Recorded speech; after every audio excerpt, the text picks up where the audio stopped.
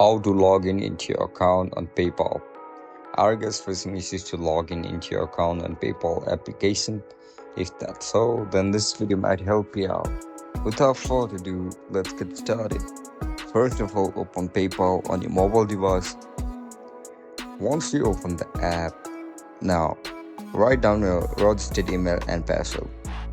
In order to log in into your account, you need to have an account first. If you don't know how to create an account on PayPal, make sure to check out our guide on how to do it.